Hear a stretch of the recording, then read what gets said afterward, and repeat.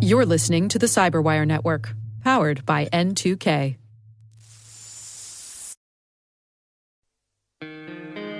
Hi, I'm Maria Varmazes, and I'm the host of T-Minus, the only daily podcast for the space industry. Every weekday, I'll be covering the latest news in space technology, business, and governance by talking with the people who are forging the path in this new space era. If you're a space professional looking to separate the signal from the noise and stay current on what's happening, this show is for you. Join me every day for T-Minus, the daily space industry podcast. Listen on all major podcast platforms or visit space.n2k.com. That's space.n2k.com.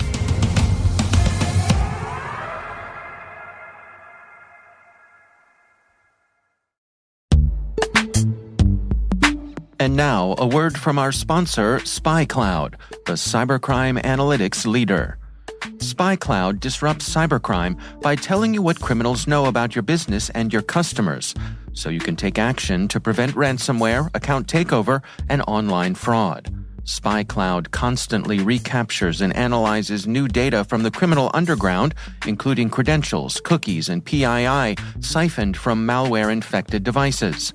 With knowledge of the specific data criminals have in hand from InfoStealer malware on managed and unmanaged devices, security teams can respond with a more efficient and effective process called post-infection remediation.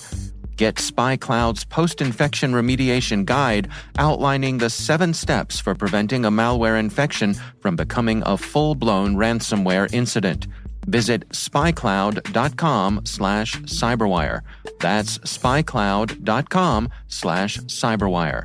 And we thank SpyCloud for sponsoring our show.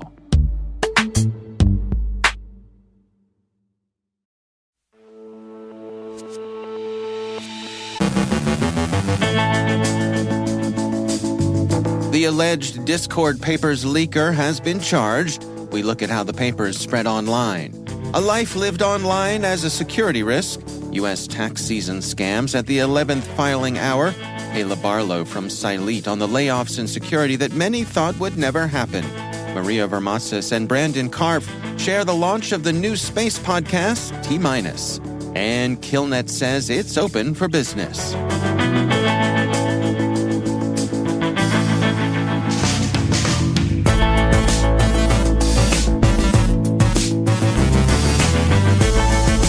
From the CyberWire studios at Data Tribe, I'm Dave Bittner with your CyberWire summary for Monday, April 17th, 2023.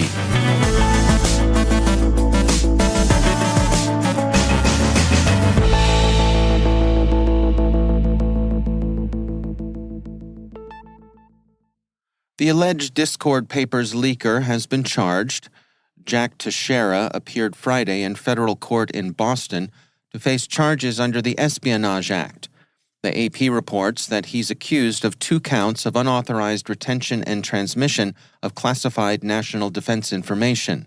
He did not enter a plea, but a federal magistrate judge ordered him jailed until a detention hearing next week. The motivation of the alleged leaker was, by all accounts, not ideological, but simply a desire to show off in the disinhibited online world. Mr. Teixeira was evidently a leader and influencer within his small Discord circle, and the Washington Post cites a friend of Mr. Teixeira's who knew something of his online followers as explaining his alleged motive, stating, "as wanting to share and show off the secrets he knew to a small circle of online friends who bonded over video games." Foreign Policy has a reflective essay on the role social media have come to play in espionage.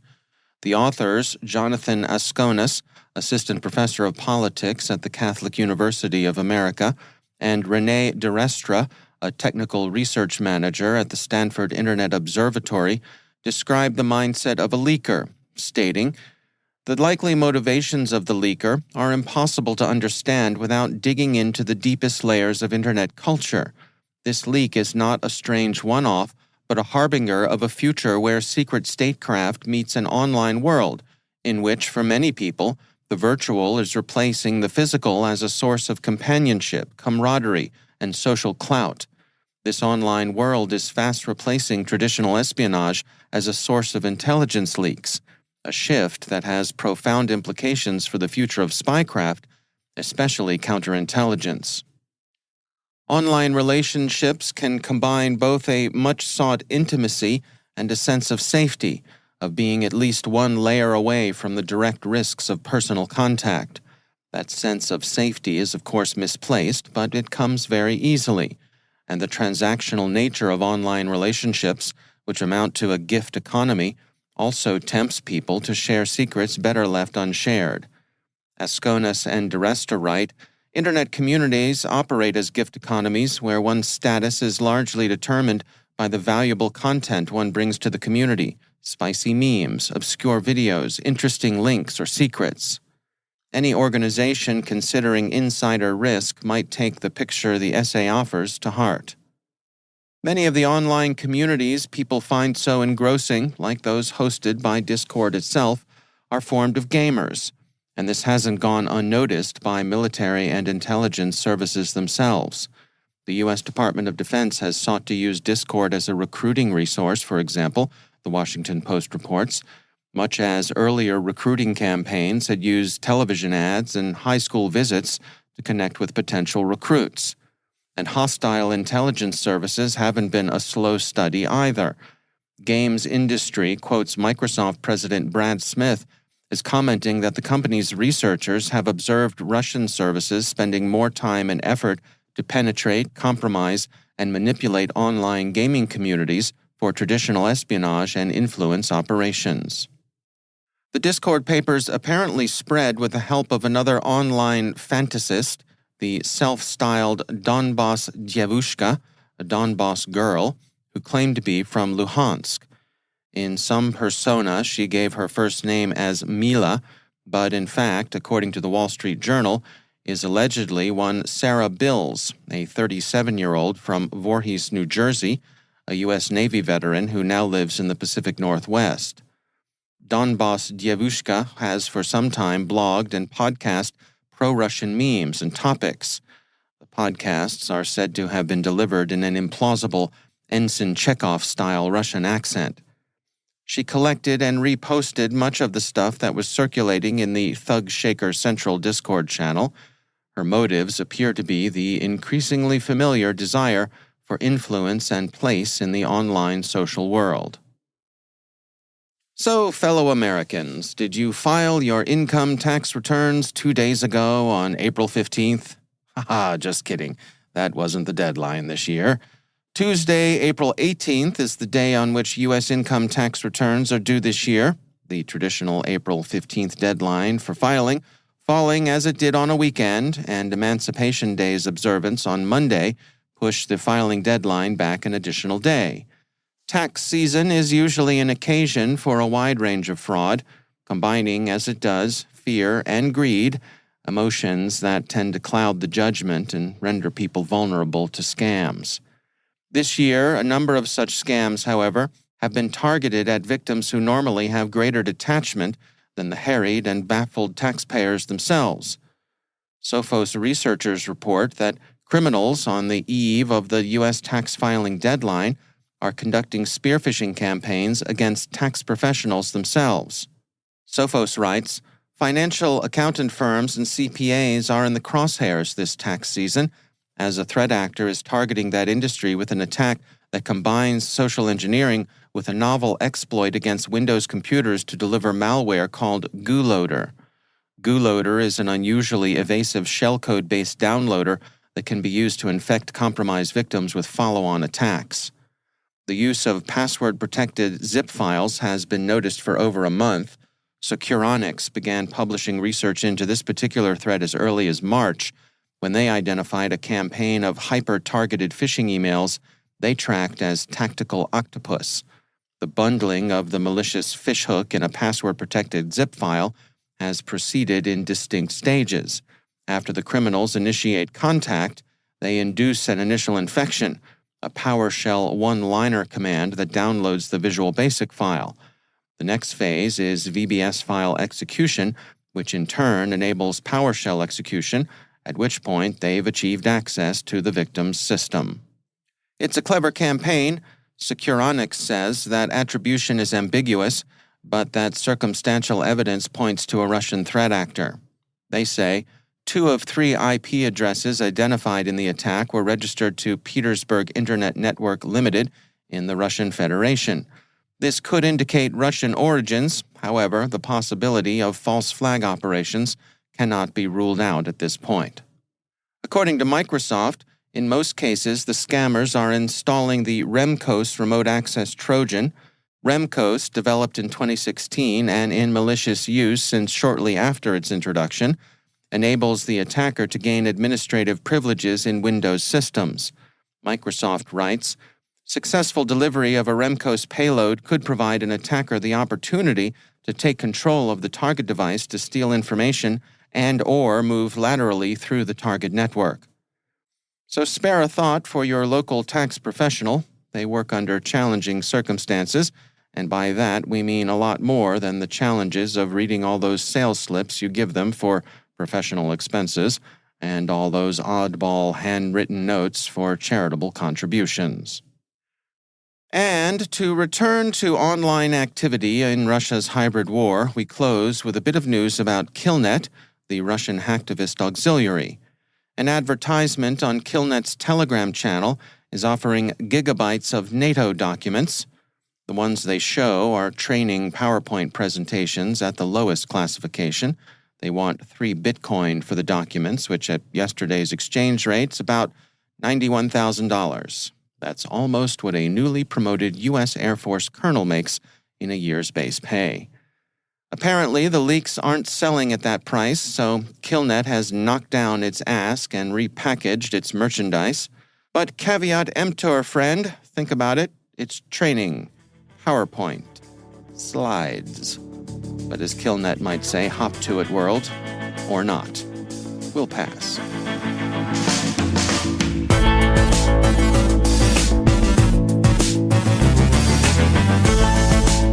Coming up after the break, Caleb Barlow from Silete on the layoffs in security that many thought would never happen.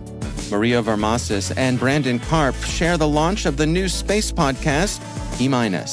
Stay with us.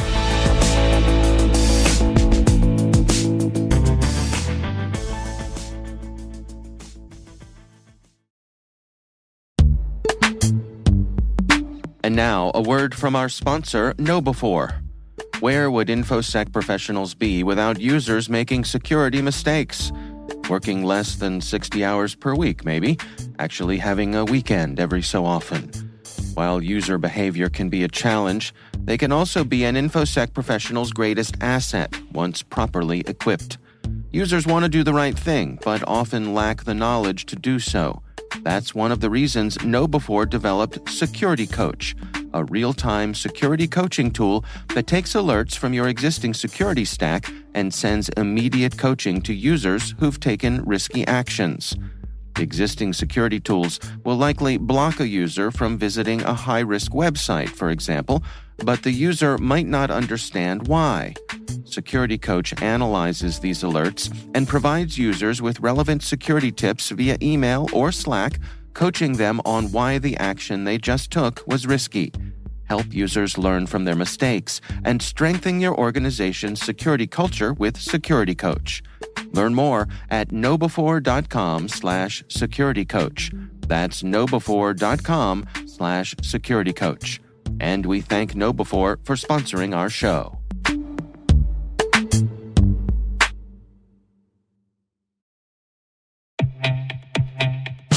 CrowdSec's CTI distributes IP reputation intelligence, allowing SOC teams and security analysts to obtain highly curated data on intrusion attempts, origins, and trends.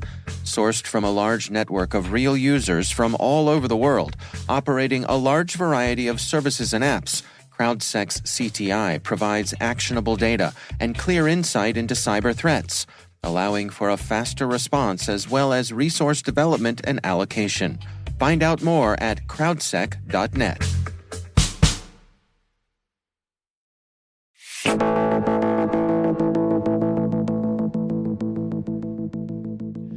And it is my pleasure to welcome to the show a couple of members of the CyberWire team, or perhaps I should say the N2K Networks team. Maria Vermazis is our space correspondent, and Brandon Karp is the executive director of our New Markets. Maria, we have some exciting news to share here with our CyberWire listeners who are familiar with you from being our space correspondent, but you're branching out on your own here now. I am. I'm striking out into the final frontier. Love it. Well, tell us about the show. Yeah, I'm the new host of our new show called T-, the daily space podcast for space professionals. Well, let's dig into some of the details here. I mean, why this show and why now?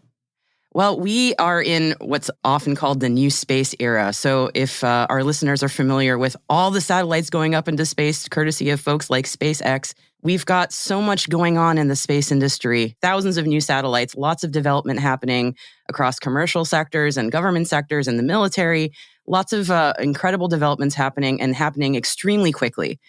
So we thought that it was time for us to help the professionals out there who are working in this field, whether they're private or public sector, and give them the daily news that they need to stay on top of the very fast changing developments in their world. And that's exactly what we're doing with T-. And Brandon, can we speak to the launch of this podcast from the bigger picture, where it fits into N2K Networks? Yeah, sure. So this has always really been the plan for our larger company, which is to find these industries that have a professionalized workforce, a set of people who work in the industry who they're not lawyers, they're cybersecurity lawyers, they're not CEOs, they're cybersecurity CEOs, and find that industry that is characterized by having a workforce that needs to stay in the know and stay up to speed with a rapidly and relentlessly changing information environment. And what we find in the space industry is it's exactly that. It has a professionalized workforce. They have engineers, CEOs, policy people and lawyers, accountants and marketing folks, all who are focused on this industry, which is, as Maria said, the new space era. And at the same time, you see tremendous investments, thousands of companies coming online, a rapidly changing technology ecosystem that's really hard to stay on top of. And what we're doing at N2K Networks is we're focusing on those industries characterized by those two dynamics. And we're breaking it down just to make it easier to stay in the know and delivering you as that professional the information you need to know every single day to stay on top of things and to continue to develop as a professional in that field. So that's our focus at N2K Networks more broadly. And here we are doing this for the first new industry since cyber, which is the space industry. Maria, I know lots of our listeners are familiar with you from your appearances on our show, also on Smashing Security in the cyber realm. Can you give us a little bit of information on your background when it comes to space? Mainly an enthusiast, to be honest with you. I wanted to be an astronomer growing up, so I studied a lot of the physics, the very basic physics for astronomy. Went to engineering school. Some people know my story. I did 2 years of that and then left after a while. But basically, cybersecurity has been my focus for a good while. So I am pivoting into space, and I'm very upfront about that. I'm new, and I'm learning about the space industry as I go, and I'm hoping to take listeners on that journey with me. Now, I've been doing this for a couple of months now. Actually, more like half a year now, come to think of it. So I'm not completely green, but it's been an amazing journey of learning for me. And I've got to say, folks in the space industry are extremely generous with what they are happy to share. And that way, it actually reminds me of the cybersecurity industry. People are really happy to share their expertise and just they're like, hey, you were interested in this? I'll teach you all about it. Come on in, and I'll show you the ropes. So. It's been fantastic. And there's actually a lot of cybersecurity overlap in the space industry, which has been awesome. So that's been a kind of nice on-ramp for me as well. Well, and Brandon, that was going to be my next question for you is can we expect to see some synergy between these two efforts? The cyber and space, as Maria says, certainly a lot of crossover there. Most definitely.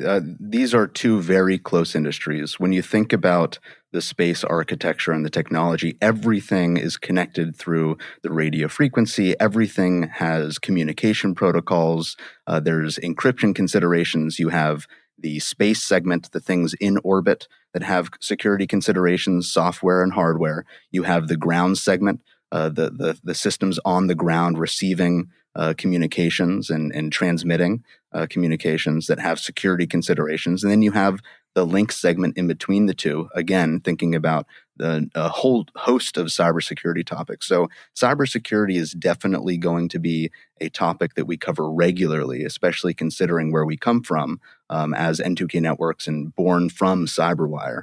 So that's definitely one of the core topics that we will cover regularly. And then there will be more.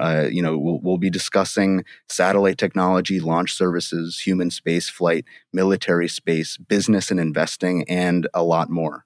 So we're covering the entire industry as well, but it's a fascinating technical space. Well, as an amateur lifetime space nerd myself, I'm excited for the launch of this show. It's called T-. Maria, where's the best place for folks to find it?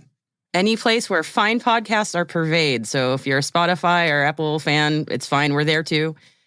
So we're everywhere. So just look for us, T- Space Daily, and you'll find us. All right. Maria Varmazis is the host of T-, the new podcast from N2K Networks, and Brandon Karpf is executive director of new markets for N2K Networks. Thanks so much, both of you, for joining us. Thanks, Dave. Thanks, Dave.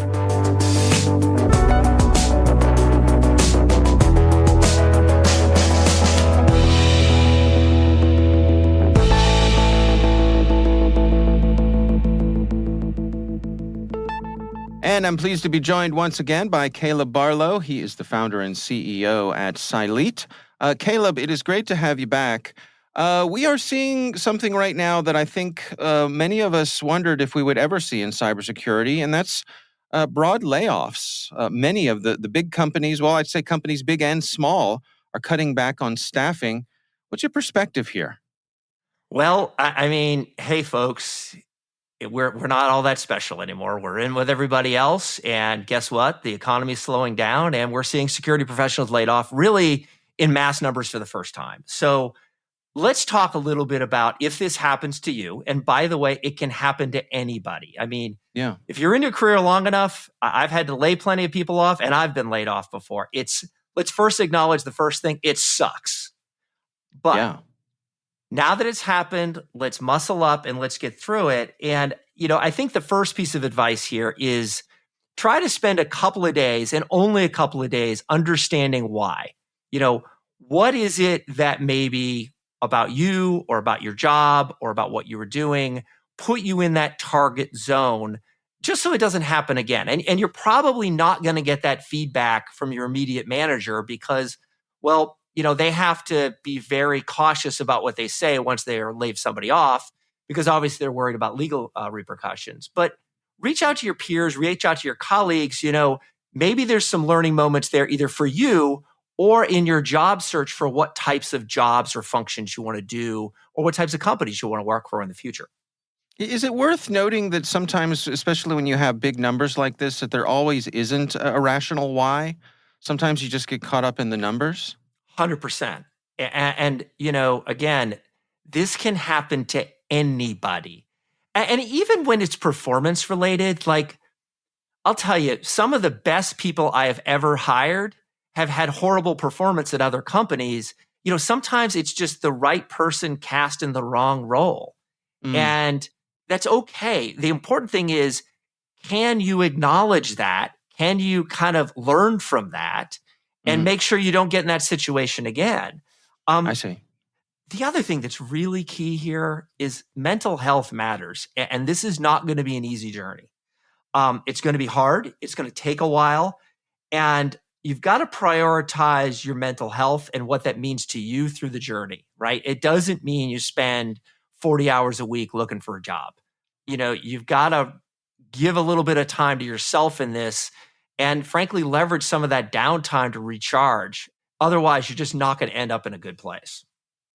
I think part of the surprise here is that for years now, we've been saying there aren't enough people in cybersecurity. We're never going to catch up.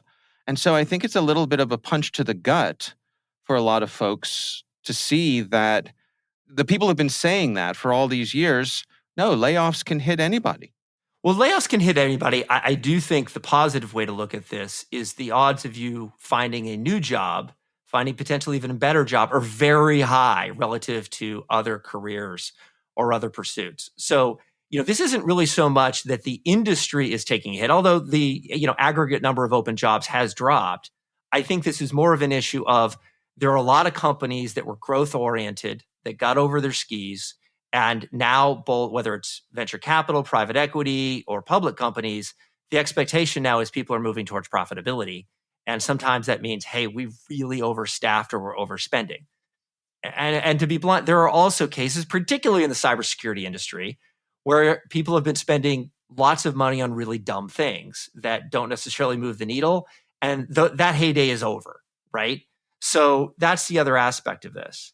Now, I think one of the other big things to really recognize in this, and this is particularly true on LinkedIn, but you're going to see this in other job boards as well, is that these, just like we all heard about how particularly, teenage girls were getting hit hard with kind of body shaming issues on Instagram and other social media sites during the pandemic, right? And this became an issue for mental health.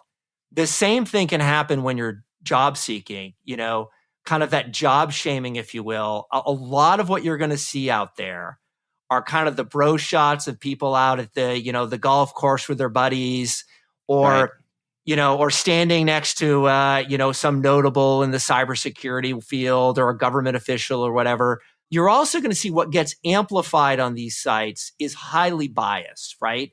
And, it's biased towards, remember, recruiters are looking for certain demographics. Marketers are looking to push certain demographics. So these things naturally get repeated and amplified, right? So depending on where you fit in that, you may find, hey, I just don't seem to get a whole lot of traction.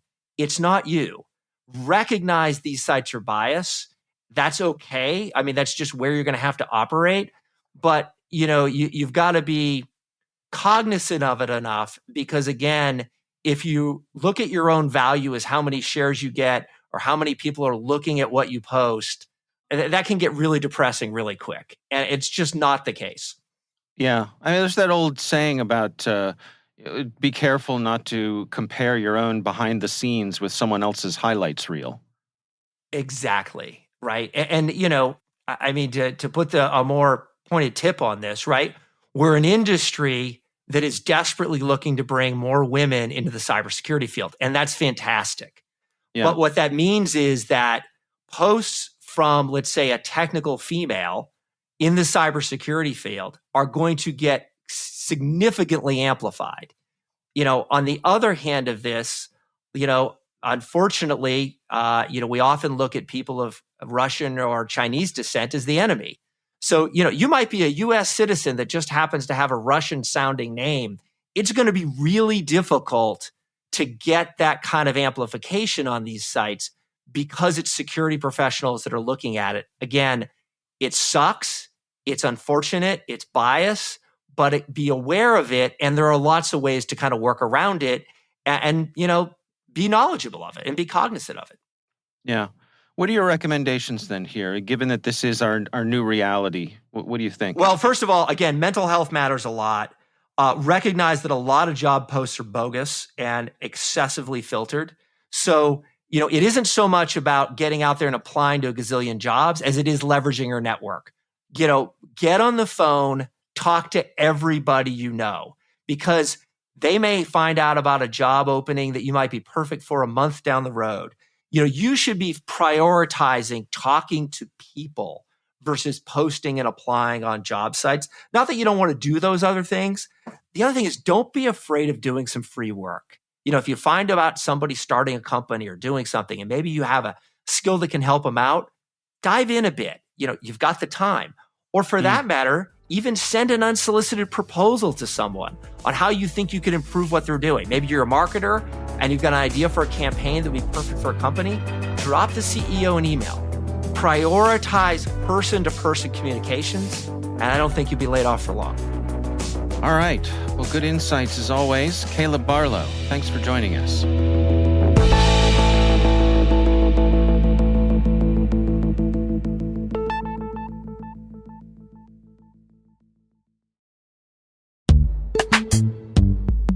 And now, a word from our sponsor, Halcyon.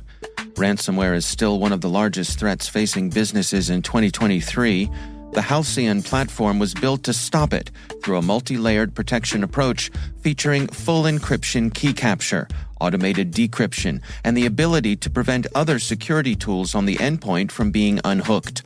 Learn more about how they're leveraging capsule network-based machine learning to reduce ransomware recovery times down to minutes by visiting halcyon.ai.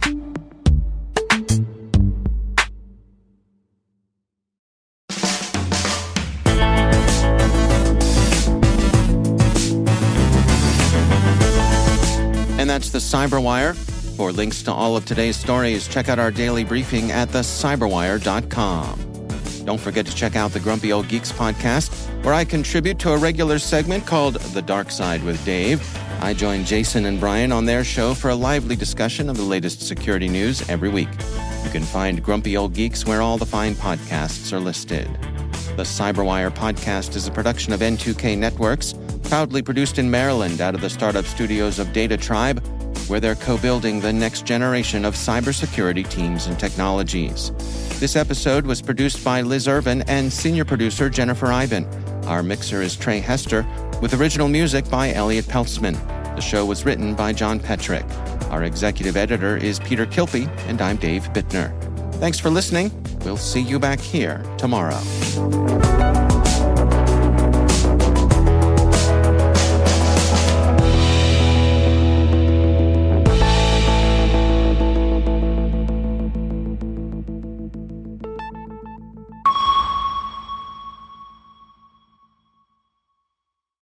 This episode is made possible in part by RSA Conference, where the world talks security.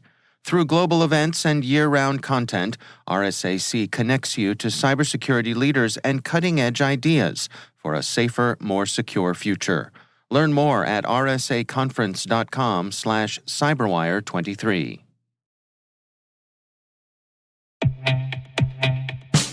If you're like most CISOs, you've invested huge amounts of time and money implementing security controls to defend against external threats and protect sensitive data stored inside your organization. But how do you protect sensitive data that's constantly being shared with others outside your organization? The answer is data-centric security from Virtru. It installs in hours and protects information shared externally via email, files, and SaaS workflows, which means in a matter of hours, your business can confidently share sensitive data without sacrificing security, compliance, or privacy. For a quick and easy way to foster compliance with CMMC, ITAR, CGIS, HIPAA, and other data security and privacy regulations, get Virtru. It's affordable, easy to implement, and trusted by more than 8,000 customers worldwide. Visit virtru.com/cyberwire to try it for free. That's virtru.com/cyberwire.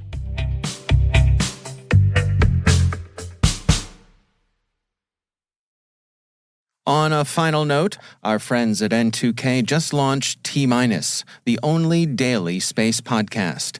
Here's what you can expect from the show. Stay tuned for T-, ready to launch.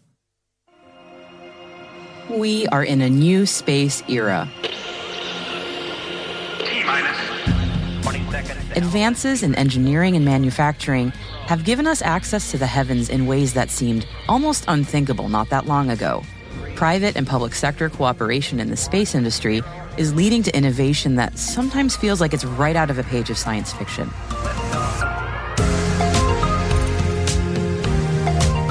But these achievements in space are real, and they're bringing incredible advances in defense, communications, infrastructure, engineering, and science to all of us right here on Earth. And they're happening fast. Join me. I'm Maria Varmazes, and I'm the host of T-, the daily space podcast for the space industry. Every day, you'll get the news and analysis you need to stay current on what's happening in space technology, business, and governance. To do that, I'll be talking with the people who are forging the path in this new space era, from industry leaders, technology experts and pioneers, to educators, policymakers, research organizations, and more. If you're a space professional looking to separate the signal from the noise and stay current on what's happening, this show is for you. Join me every day for T-Minus, the daily space industry podcast. T-minus. Available on all major podcast platforms.